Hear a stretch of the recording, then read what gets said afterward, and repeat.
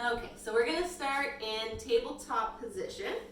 And I'm just going to push my hands into the floor, curl my toes under, bring my hips back into downward facing dog.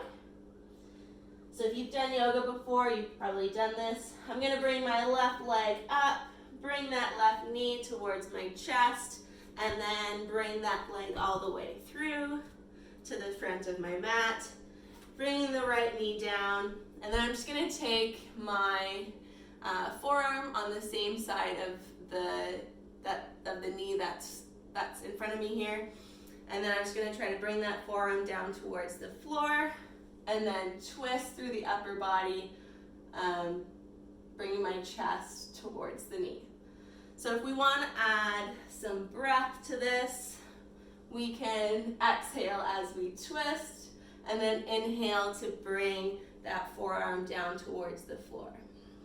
So the reason that I really like this mobility drill is because here we're working on the glutes on this side, we're working on lengthening the hip flexor on the right, and I'm also moving through my spine as well.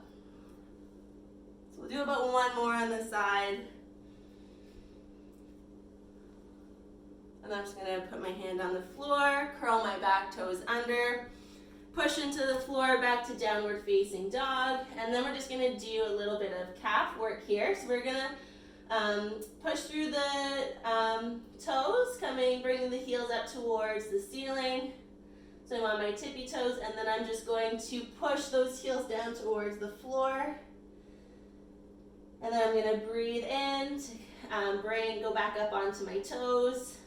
And then exhale, heels towards the floor. If you can get your heels all the way down to the floor, that's awesome. If not to worry, most people can't. And feel free to have a little bend in the knees. We don't need to lock our joints. So we'll do one more here. Exhale. Really trying to bring those heels as far towards the floor as you can.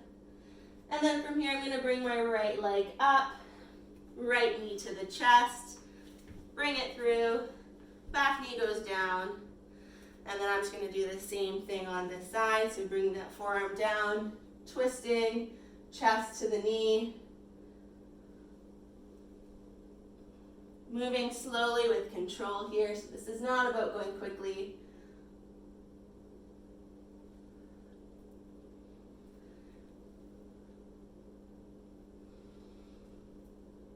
We'll do two more on this side. Last one. Exhale to twist. All right, put that hand down, bring the knee back into tabletop. And then we're just going to get into something called a 90-90 pose. So I've got a 90-degree angle at my front knee here, and then a 90-degree angle beside me. So that was our mobility drills. We're going to get into our flexibility now. So this, I would encourage you to hold this anywhere between 2 and 5 minutes on each side. So we won't be able to do that fully in this video, but I just wanted to explain how you would do that. So we're going to sit up nice and tall. If you've ever done a deadlift or a hip hinge before, you almost want that same feeling where you're trying to bring your hip back as much as you can. So that's already going to help feel a little bit of a stretch in that back glute. And then from here, for some people, even just sitting up nice and tall, that will already be a challenge. So if that is a challenge for you, then just working on trying to sit up as tall as you can. If this feels fairly doable for you, then we're just going to try to keep the back nice and flat as we hinge at the hips and bring that chest down. So you're just going to play around with how far you can go. That still feels comfortable and your whole body feels like it can still relax when you're in this position. So maybe you can come down to forearms. Maybe you can go all the way down to the floor.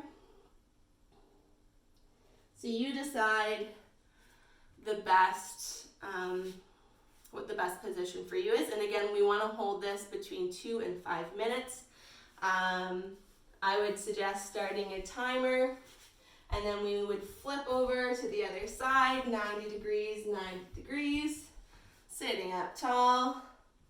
Ooh, I can tell I'm a little tighter on the side, and then just coming down to forearms, maybe the chest. And again, 2 to 5 minutes on that side as well.